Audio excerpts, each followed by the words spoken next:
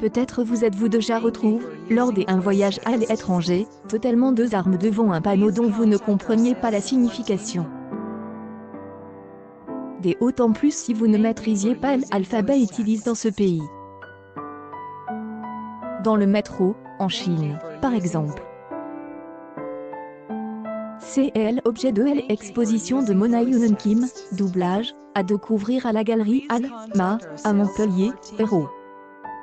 Cette artiste Corinne, connue à Montpellier pour avoir créé le plafond melon des Nouvelles Halles-les-Sacs, a conçu une étonnante installation, à la galerie Al-Ma, qui questionne l'interprétation des enseignes et concevoir cette exposition. Mona Yun Kim est ailleurs inspirée de sa propre expérience, lorsqu'elle est arrivée en France en 2013.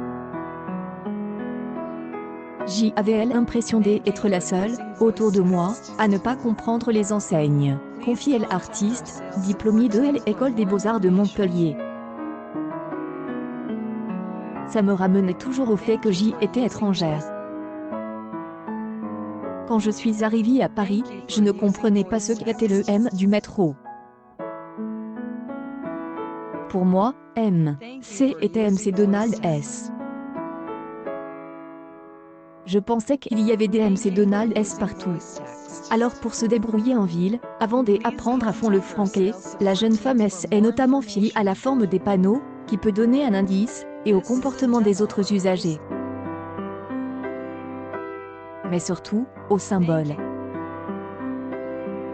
Quand je suis arrivée, j'y allais souvent manger dans des kebabs, reprend l'artiste.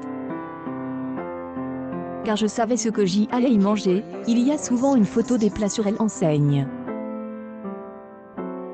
Devant les restaurants de cuisine française, en revanche, je ne comprenais pas.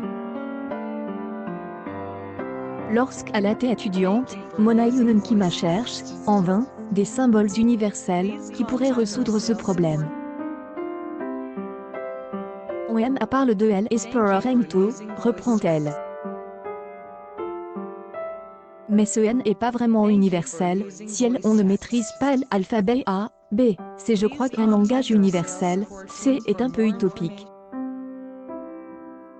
Il y a toutefois Google Traduction, qui est beaucoup amélioré ces dernières années, et qui permet de traduire des textes, lorsqu'on est perdu dans une rue, à l'autre bout du monde.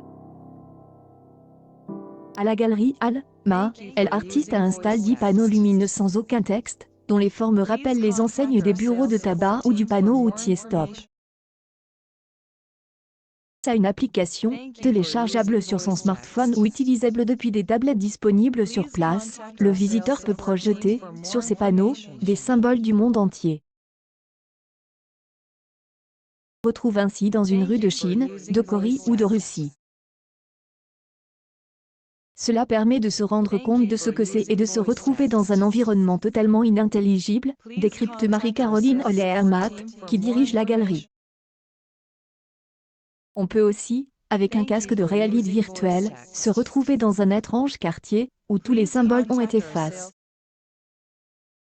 Cette exposition interroge, reprend la directrice, la capacité qu'on a de comprendre notre environnement lorsqu'on ne maîtrise pas le langage ou les codes visuels ou culturels.